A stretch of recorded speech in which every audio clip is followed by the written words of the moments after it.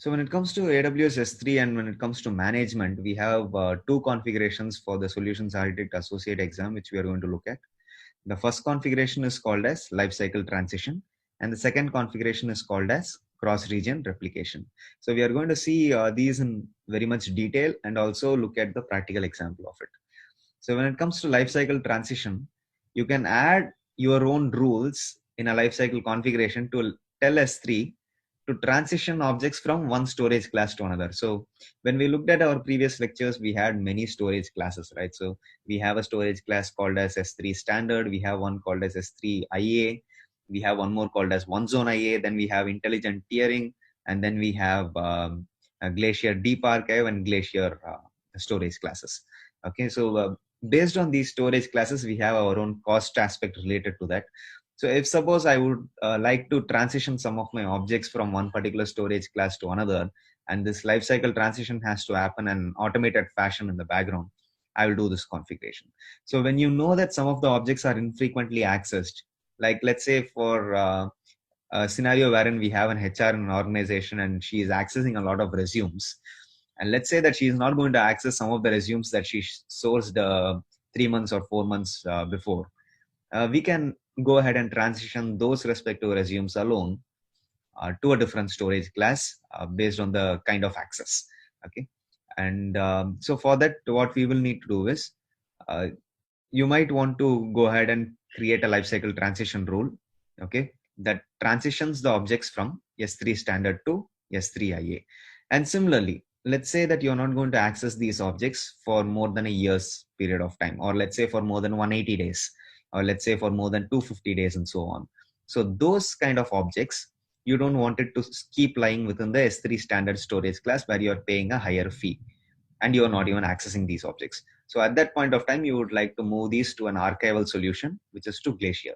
So that is described in the second point. So you might want to archive some of the objects that you don't even access in real time. In real time means not frequently. Okay, so we can transition those respective objects to the Glacier storage class. Okay, so in this diagram, we are able to see that these are the different storage classes that we have, and these are the transitions that are allowed. So from standard IA, okay, or from S3 standard or from standard IA, you will be able to transition to one zone IA, which is described by this transition.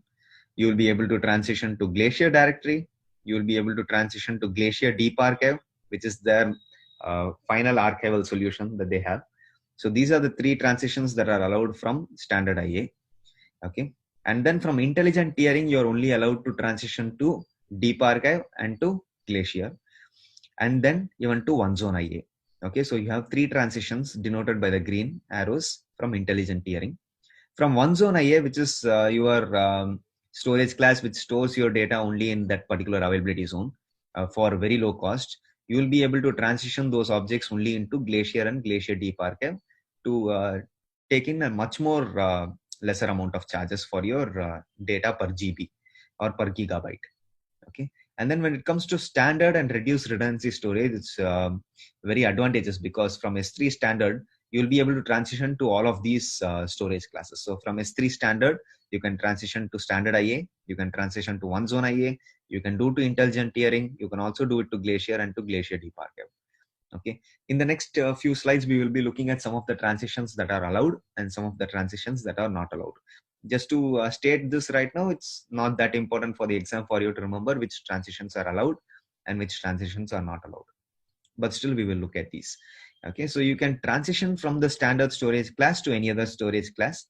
So that's denoted by this diagram. So from the standard storage class, you can transition to any other storage class. And from you can transition from any storage class to Glacier or Glacier Deep Archive. So that means it states that from standard or from one zone, from intelligent tiering, from standard IA, you can transition to Glacier. And from Glacier, you can see that transition can only go to Glacier Deep Archive. So there is only a forward transition that is allowed. So you can transition from standard IA to intelligent tiering or one zone IA. And then you can see over here, you can transition from the intelligent tiering storage class to one zone IA storage class. From intelligent tiering, you can do to one zone IA storage class. You can also do it to Glacier and to Glacier Deep Archive. And you can transition from Glacier storage class to only the deep archive storage class. So when you remember the table that we discussed when we were looking at the S3, class, we were looking at standard, which came first, and then we had standard IA, which came second, and then we had one zone IA, and then we had intelligent tiering, and then we had glacier and glacier deep archive. So only forward transitions are allowed, in the meaning that you can't do a backward transition from one zone IA back to standard, or one zone IA to standard IA, or one zone IA to intelligent tiering. That is not allowed.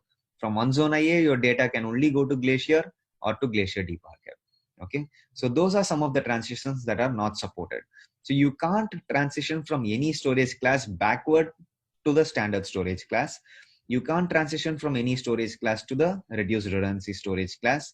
You can't transition from intelligent tiering storage class to standard IA. So he means that you can't do it from intelligent tiering to standard IA. So backward compatibility is not possible. Only forward transitions are possible. So only from standard IA to intelligent tiering. And you can't transition from one zone IA storage class to standard IA or to intelligent tiering, because from one zone IA, it can only go to glacier or glacier deep archive, mentioned by the red arrows. And you can't transition from deep archive to any other storage class. So when you do it to deep archive, you have to directly access those objects. You can't transition it back to any other object or any other storage class. So when it comes to the expiration, so we spoke about how do we transition our objects and all that. So every 30 days or every 90 days or every 180 days and so on, that we would transition our objects from one respective storage class to another. But when it comes to expiration, because I don't want to pay for a particular object when it's not even being accessed and not even being used, right? So those respective objects I would like to expire, or I would like to delete those objects at a later point of time. So these 2 points describe that. So when an object reaches the end of its lifetime, S3 queues it for removal and removes it asynchronously. So there may be a delay between the expiration date and the date at which S3 removes the object, because every transaction in S3 is asynchronous transaction. So you will have to wait for a second or two for them to go ahead and remove all of your objects from that respective storage class, or from all the data centers they have replicated that particular object onto.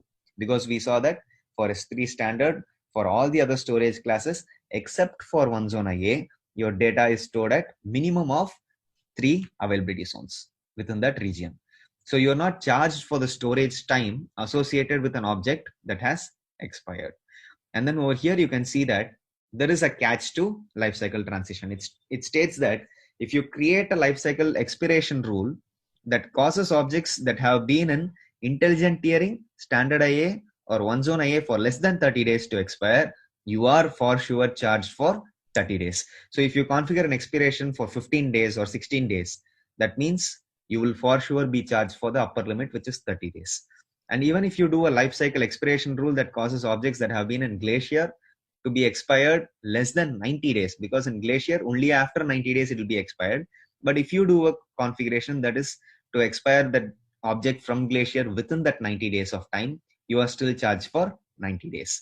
And even if you create an expiration rule that causes objects that have been in deep archive storage for less than 180 days to expire, that means let's say it's been in one zone IA or standard IA or intelligent tiering for 30 days, and then for 90 days it's been in glacier, and then for less than 180 days it's been in deep archive, you will still be charged for 180 days, okay, which is 6 months of time. Okay, this is just a catch when you're using lifecycle transpiration and you're doing that expiration rule over here. Okay, so I think this is regarding lifecycle transition. Just understand that we'll be able to transition from one storage class to another, and only forward transitions are allowed, no backward transitions allowed. Okay, and then you can just remember as to which storage class you would like to keep your object within for a specific amount of days, and then you would like to go ahead and transition it to a different storage class. And this configuration can be done on the console, and I'll show as to how to do that next. So we will look at the second configuration, which is called as cross-region replication when it comes to management of S3 objects. Okay, so replication enables automatic asynchronous copying of your objects across S3 buckets. Okay, so we have a source S3 bucket and we will have a destination S3 bucket, and we will configure replication. Okay, so these buckets are configured for object replication. So on the bucket level, you have to do that configuration, and can be owned by the same AWS account or by different AWS accounts. So that means that your destination bucket that you would like to copy the objects to from your source bucket can be in the same AWS account or can be in a different AWS account. So you can copy your objects between different AWS regions or directly within the same region itself. Okay, so it can be from one AWS account to another AWS account, and at the region level it can be between different AWS regions or within the same region. So to enable object replication, you use a bucket level configuration. So the management configuration should be done on the bucket level. So you add the replication configuration to your source bucket. The minimum configuration must provide the following: the destination bucket where you want to replicate your objects, and an IAM rule to do that on your behalf. Because generally when we spoke about roles in IAM, we specify that if one service wants to talk to another service and do those actions on your behalf,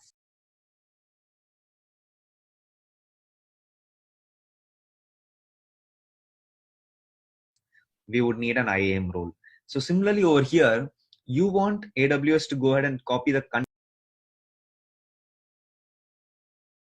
contents of your bucket from your source bucket to a destination bucket that you own or someone else's own, but then you want to do the replication and you want AWS to do it on your behalf, right? So that means if you want any action that AWS has to do on your behalf, like copying the objects from one S3 bucket to another S3 bucket, an IAM role will be configured.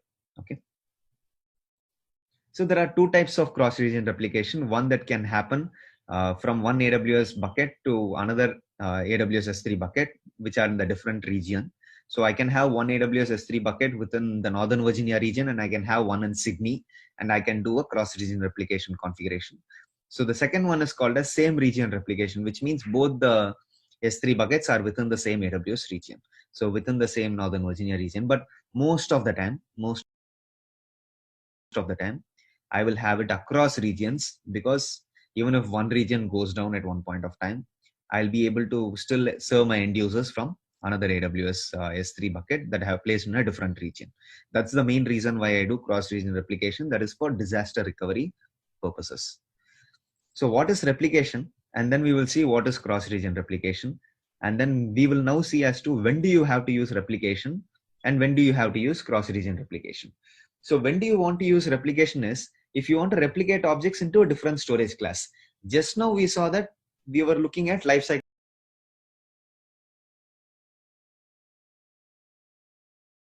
transition. We were looking at transitioning objects from one storage class to another and so on. But over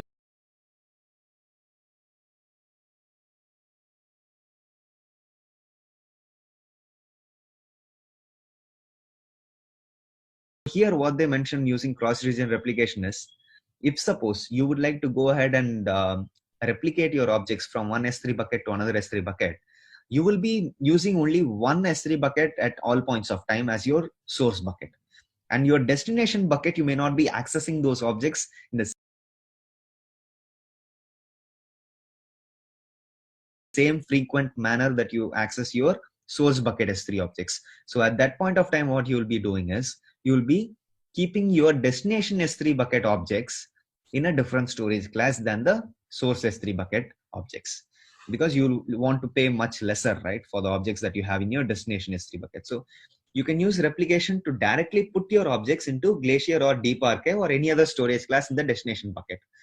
You can also replicate your data to the same storage class and use lifecycle policies on the destination bucket to move your objects into a colder storage as it ages. So cross-region replication and lifecycle transition go hand in hand with each other. And the second reason when to use replication is to maintain object copies under different ownership. So regardless of who owns the source object, you can tell S3 to change the replica ownership to the AWS account that owns the destination bucket. So we saw that cross-region replication can also be done across AWS accounts, which means for the first AWS account, I am the owner, obviously.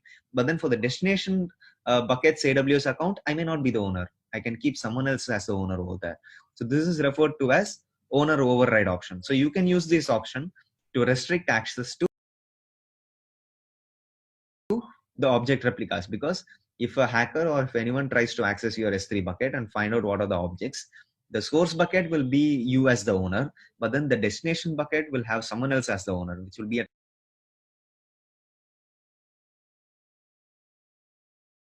totally new AWS account, right? So it's very less possibility that a person will be able to find out and even try to access. But if both the source and the destination bucket are within the same AWS account, within two different regions, it's easy for a person to find out as to who the owner is, and it will be only part of one single AWS account. So these are the two reasons why we need to use replication. One is if you want to replicate your objects into a different storage class in your destination bucket. And the second one is when you want to maintain object copies under different ownership, just to restrict some of the access and follow certain regulations. So when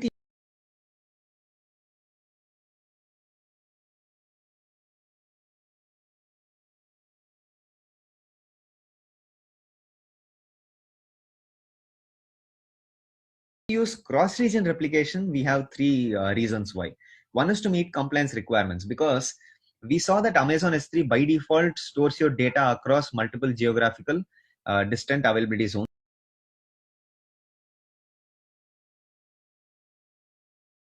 Okay, so minimum of 3 data centers they store your data across for compliance requirements. But then, if suppose you want that compliance requirement to even last at much greater distances, right? So instead of 100 miles, I would like at least 1000 miles of distance. So that means at that point of time, what you can do is you can go ahead and configure cross-region replication to have your source bucket in one region and your destination bucket in another region. It can be within the same or different AWS account. And the second reason why you have to use CRR is to minimize your latency. So if your customers are across the world or from 2 or 3 different geographical locations, you can minimize that latency in order for them to accessing the objects, okay, by maintaining your multiple object copies in different AWS regions. So for a person who's accessing your website from the northern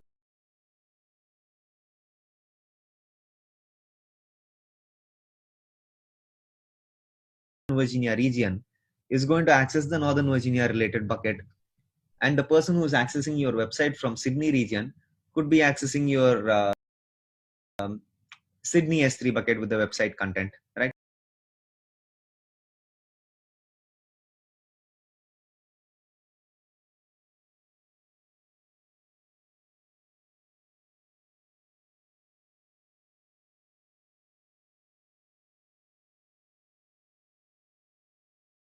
So to minimize latency for your end users, you can go with cross-region replication.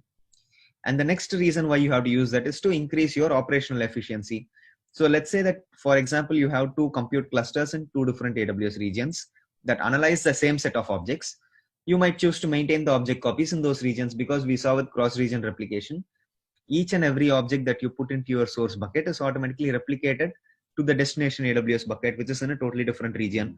So if suppose you want to go ahead and do a compute analysis on both of your S3 buckets contents, it will be identical because you have used cross-region replication. So for these three reasons, we can go ahead and use CRR. And then replication requires some of these followings. These are some of the things that we need to note before doing replications and after doing replication. So the source bucket owner must have the source and destination AWS regions enabled for their account. And the destination bucket owner must also have the destination region enabled for the account if your destination bucket is going to be in another AWS account. Okay. And both the source and destination buckets must have versioning enabled. Very, very important prerequisite. Before enabling cross-region replication, versioning should be enabled. And Amazon S3 must have permissions to replicate objects from the source to destination bucket on your behalf. So wherever you see this sentence where a service has to do something on your behalf, an IAM role has to be configured. So that is mentioned as the third point. And then the fourth point states that if the owner of the source bucket doesn't own the object in that bucket, the object owner must grant that bucket owner read and read ACP permissions with the access control list. So we saw that with our bucket ACL, right? With the permissions on that bucket, we will be able to grant another AWS account access to our bucket. So if the owner of that particular object is in a different AWS account, we can grant that AWS account access to our bucket. That means giving access to all of our objects within that bucket using read and read ACP permissions. So if the source bucket has object lock enabled, we saw this as one of the properties of S3. So if the source bucket has object lock enabled, and you can only enable object lock when you create the bucket. The destination bucket must also have object lock enabled. To enable replication on a bucket that has object lock enabled, you can contact AWS support to get more details from them as to how to do that. Okay, so the main points in these 6 points are the source bucket owner and the destination bucket owner should have those respective regions enabled where they want to place their buckets. And the second point, which is very important, is they both should have versioning enabled, both the source and destination bucket. Okay, and then an IAM role should be configured, which is the third point. The rest of the 3 points, you may not come into that particular scenario while working in a company, but then the first 3 points are very important. Okay, so that's the end of the slide. So we will log into the AWS console. I have already logged into the AWS console, and I have come to the S3 dashboard. So in this S3 dashboard, we are going to first look at lifecycle transition configuration, and next we will be creating 2 buckets, one source bucket, one destination bucket, and then we will do the cross-region replication. And you guys can just stick around for this because it's going to be very interesting. I will show you some of the actions that are possible with CRR. I will show you some of the actions that are not possible with CRR. But first, let's look at lifecycle transition. So we are going to create a bucket, and I'm going to place this bucket in Northern Virginia region. I'm going to give the bucket name as Akshay 2395-lifecycle. Okay, I'm going to click on next. I'm going to click on next. I'm going to disable this setting. I'm going to click on next. I'm going to click on create bucket. So our lifecycle bucket has been created. Click on the lifecycle bucket. Click on management. You can see lifecycle and replication are added over here. Okay. So till now there is no lifecycle rule applied to this bucket. So what we will do is we will go ahead and upload an object first, and then we will configure our lifecycle transition. And then after 30 days, if suppose we still have this account with us, we will see how it works. So I'm going to upload my resume over here. Okay. I'm going to click on upload. So once I've uploaded the resume, I'm going to go back to the management tab. Okay. I'm going to go to lifecycle. I'm going to click on add lifecycle rule. So you can enter a rule name over here. Okay. So I'm going to enter a rule name. I'm going to call this as my lifecycle transition. You can give it any name that you want, but then okay. So just be careful about some of the names that you give, because you will have to adhere to some of your organization's standards. Okay. So over here, I can add any prefix or tags or filter names for some of the objects that I want to do specifically for lifecycle transition, or any specific folder I want to do the transition for, and so on. But right now I want to do it on the entire bucket. I'm not going to do it for specific folders. So this will be applied across all folders, across all prefix. Okay. So I'm going to click on next. So under transition, you can see over here, we are going to do it for the current version as well as the previous version. So we can do both.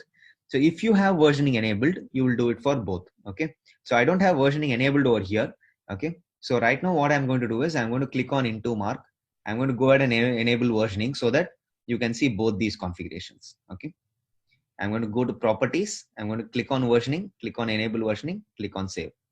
So now I'm going to go back to management, click on add lifecycle rule. I'm going to call this as my lifecycle transition.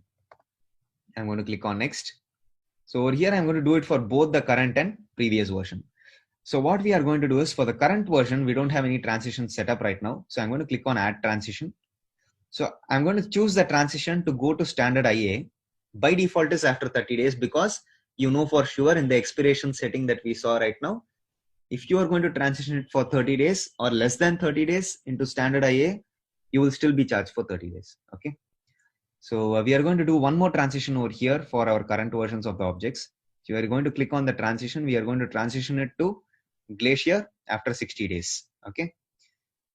So transitioning small objects into Glacier will increase cost. So this is just a message that they are giving. I'm going to click on I acknowledge that. And then we are going to add one more transition over here. I'm going to do it to Glacier Deep Archive. So you can see that all the other transitions right now have been disabled because it's already gone to Glacier. From standard IA, okay, we'll go back to the PPT. We'll go back to the diagram. You can see that. We'll correlate it. So we have done it from standard to standard IA. From standard IA, we have put it to Glacier. So from Glacier, we can only move it to Glacier Deep Archive. Okay. So we are going to move to Glacier Deep Archive after 150 days. Okay. So for the previous versions of the object also, I'll maintain the same. So I'm going to move to standard IA after 30. I'm going to add one more transition. I'm going to move it to, so there is a glitch in the UI. So what I'm going to do is I'm just going to do command minus and then minimize my screen so that let's see if that also works. Yeah. So I'm going to move it to, probably we'll do another transition over here. So for previous versions, we will move it to standard IA and then we will move it to one zone IA after 60 days. And then we will do Glacier after 90 days. And then we will do Glacier Deep Archive after 180 days. Okay. I'll go back to the usual resolution. Yeah. Okay. So these are two types of transitions that we have done. One is from standard IA to Glacier Deep Archive. So after 150 days, for sure, we will know from the time that you created the object, after 150 days, it will be in Glacier Deep Archive. And then over here, only after 180 days, it will go to Glacier Deep Archive for previous versions, because I want the previous versions to stay for a little more longer period of time. Okay. So that even if my current version is being deleted, I will still have access to my previous versions of the objects. So just a small note over here that I want to do for my company right now. But then it depends totally on your company's lifecycle transition rules or the standards that they are following, for which you will need to configure. So these are the transitions that we have configured. So next we'll move on to the expiration settings. So for expiration also you have for current version and previous version. So we are going to, by default, these numbers are populated based on your previous transition policies. Okay. So you can check over here. Okay. So you can just click on this and see for versioning enabled buckets, and expire action retains the current version as a previous version and places the delete marker. Because we have versioning enabled, we saw that if your current version is deleted, all that it will do is place a delete marker.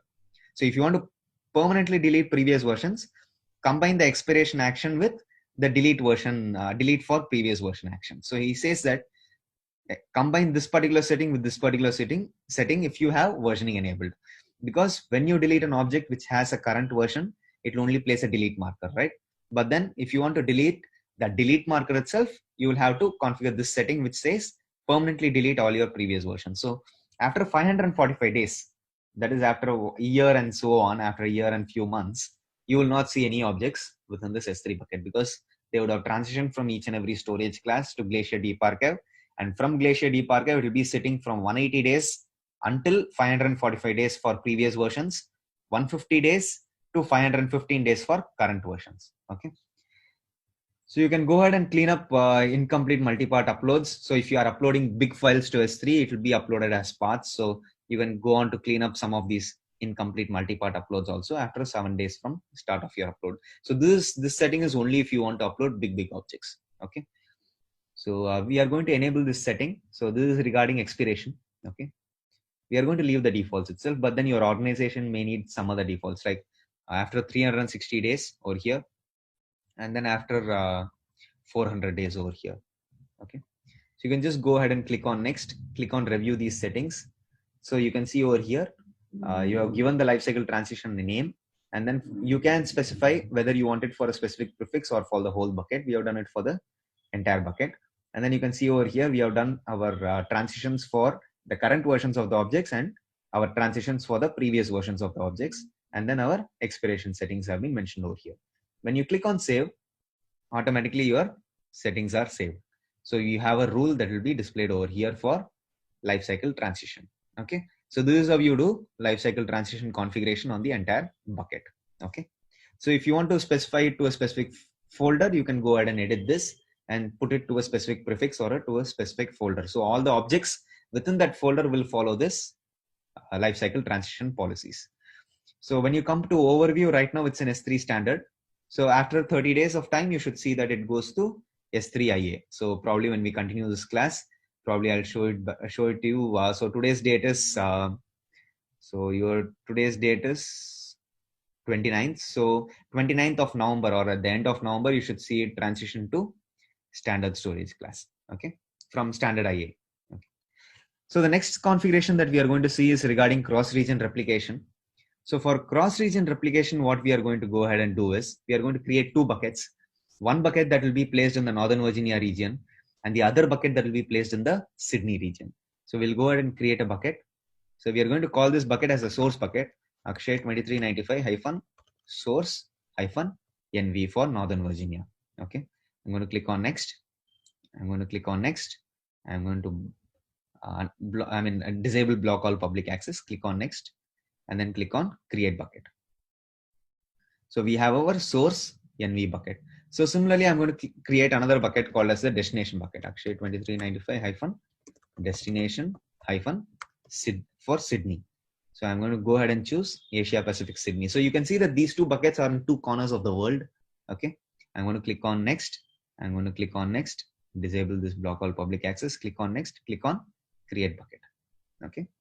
So we have both of our source and destination buckets over here. So destination SID bucket is in Sydney and the source bucket is in Northern Virginia. So we are going to go to the source bucket. And first what we are going to do is we are going to upload an object. So listen very carefully when it comes to this. I'm going to add a file. Okay. I'm going to go ahead and upload an object. So I'm going to upload an image. Click on upload. So right now we still haven't enabled cross-region replication, but then after we enable it, we will see some of the properties of cross-region replication. So right now we have uploaded this object and now we are going to go to management and we are going to go to replication and then we are going to click on add rule. So we have one object in the source bucket. So after enabling cross-region replication, we can see whether that object that we added to the source bucket is replicated or not. Okay. So we'll click on add rule. So it immediately states that this bucket doesn't have versioning enabled. So that is a prerequisite. So I'm going to enable versioning on this bucket. And you can see that we can do the cross-region replication for a specific prefix, like how we saw it in lifecycle transition, or we can do it for the entire source bucket. So I'm going to do it for the entire source bucket. Okay. I'm not going to do it for a specific prefix or tag. And then you can see over here, you can also encrypt your objects using KMS while doing the replication. Okay. So all your objects will be replicated and encrypted also at the same time, even in your destination bucket. Okay. So we are not going to do replication with encryption over here. We are just going to leave the same default configuration. I'm going to click on next. So the destination S3 bucket, you can choose over here. So immediately when you choose your destination S3 bucket, I'm going to choose the destination SID bucket that I placed in the Sydney region. Immediately it should state the bucket does not have versioning enabled. So another prerequisite. So like I mentioned, both the source and destination bucket should have versioning enabled. So I'm going to enable versioning on the destination bucket from this same UI itself. And then you can see over here, you can change the object ownership to a different bucket owner, or you can also go ahead and do this configuration where you want to change the storage class for the replicated objects. So I'm going to change the storage class for the replicated objects in the destination Sydney bucket from over here it's standard. Over there I want it to be standard IA. Okay. So I'm going to click on next. I'm not going to change the bucket ownership to some other AWS account, but then you can also do that over here. You can specify the account ID. Okay. I'm not going to do that. And then click on next. So this is going to be our role option. So I can choose to create a new role. Okay. Or if I have the role already created, I can go ahead and use the same role. But right now I don't have any IAM roles created for me to go ahead and do the replication for AWS S3 to do the replication on my behalf. Okay. And I'm going to go ahead and give the rule a name. So the name I'm going to give is my CRR configuration. But again, according to your organization standards and policies, give it an appropriate name. Okay. So I'm going to keep the status as enabled right now. I'm going to go to review settings. So you can see if the source bucket, we are going to do it to the entire bucket. And even we are going to do the replication to a destination bucket that is in the Sydney region. Okay. And the storage class is going to be standard over here. It's going to be standard IA over here. And then under the options, we have configured an IAM role. We are telling AWS S3 to go ahead and create a new IAM role. And we have given the rule a name. Okay. And we have given the status as enabled. So this is across regions. We can also do it to the same region replication. That configuration is also possible. I'm going to click on save. So once I click on save, automatically an IAM role is created for you in the background. So that role is denoted as S3 CRR underscore role underscore for underscore source bucket name underscore to underscore destination bucket name. And since there is a minimum character length, you don't see the destination bucket with SYD over here as the ending. Okay, so cool. So you can see that this role has been created and even a bucket policy has been added. So when you go to permissions and you go to bucket policy on the source bucket or the destination bucket, you will see the bucket policy. So what we are going to do is I'm going to open S3 in another tab. Okay. I'm going to go to the destination bucket, destination SID bucket. I'm going to go to permissions and check out whether there's a bucket policy that is added. Okay. So no bucket policy has been added. So you can go ahead and go to management, go to replications on the source bucket, and then even if you want, you can copy the bucket policy. So we are going to see how this bucket policy looks like. Okay. So I'm going to open my Visual Studio Code. Okay. And over here, I'm going to file, new file. I'm going to paste this bucket policy. So you can see over here, the bucket policy states that these are the actions that I am allowing for the root user to these two buckets. Okay. Which is my destination bucket to all the objects. So this is how you do the cross-region replication. So it's through the IAM role that you do that, or you can also do that through a bucket policy. Okay. So from the, you're giving permissions for the root user to the destination bucket and all the objects within the destination bucket denoted by / and star. So instead of pasting this bucket policy, we are going ahead with the IAM role. And you can see over here, this is the source bucket and this is the destination bucket. Under the overview tab, you don't see any files. But in the source bucket, we saw that we have a file. Why didn't this file get replicated? That is the general question a person asks. So the answer to that is, whenever you enable cross-region replication, the files that you uploaded prior to enabling cross-region replications will not be replicated. Any objects that you upload after you enable cross-region replication only will be replicated. Okay. So we are going to go ahead and upload another object right now. Okay. And this object, I'm going to upload it as probably my resume. I'm going to click on upload. So once you click on upload over here, you can see that the storage class is going to be standard for my resume. Okay. So any new put actions after you have enabled cross-region replication will be replicated to the destination bucket. Any put actions that you have done before enabling cross-region replication will not be updated or will not be replicated to the destination bucket. So now if I go ahead and click on the refresh button over here, I should see my resume in the destination bucket, which is in the Sydney region. So it asynchronously went ahead and copied my object or my resume from the source bucket, which resides in Northern Virginia, to the destination bucket, which resides in Sydney. So similarly, we are going to do one more thing. We are going to update my resume and probably change its size or update a second version of this file. And we are going to see whether there are two versions in the destination bucket. So even an updation action we should look at. So we saw the put action right now. Let's look at the update action. So I'm going to upload the same file again. Let's see if it has two versions. Okay. I'm going to upload the same file again. I'm going to click on upload. So once I click on upload, let's go ahead and click on show versions. Okay. So once I click on show versions for the resume alone, I have two versions right now, right? For the resumes alone, I have two versions. When I go to the destination bucket and I click on show for the resume alone, I have two versions, right? Both residing in the standard IA. So that means even for an update action, right? Even for an update action, 34154 is the timestamp, 34154 is the timestamp, 34045 is the timestamp, 34045 is the timestamp. So I have two objects, again, two versions of the same object in the destination bucket. So a put action uploads the object to the source bucket. After enabling cross-region replication, replicates it to the destination bucket. Similarly, an update action also is replicated to the destination bucket. What about a delete action? So let's go ahead and go to hide versions. Even over here, let's go to hide versions. We saw in versioning, when it comes to hiding your versions and deleting an object, and when it comes to showing your versions and deleting an object, we saw that in the versioning class itself. So when we are going to go ahead and do hide versioning, and we are going to go ahead and click on this object, and we are going to click on delete. We are going to click on delete. What happens in the source bucket is, under show versions, you can see that a delete marker has been placed. But what happens in the destination bucket? Whether delete is propagated, whether delete is replicated or not. So we will look at the destination bucket. We are going to click on refresh over here. The object still resides over here. And when you click on show versions, you see that there is no change, which is brilliant, right? This is brilliant. This configuration has been brought out by Amazon only because if you delete any of your objects in the source bucket, that delete is not propagated to the destination bucket. Okay, because generally a destination bucket that you will configure will be used for disaster recovery scenarios. So even if a person accidentally goes ahead and deletes some of your objects in your source bucket, you will still have those objects in your destination bucket. So just to be sure about that, even if you want to do one or two more refresh, you can do that. You will still have your object over here, but in your source bucket, a delete marker has been placed. So what happens if you go ahead and do delete of all these versions?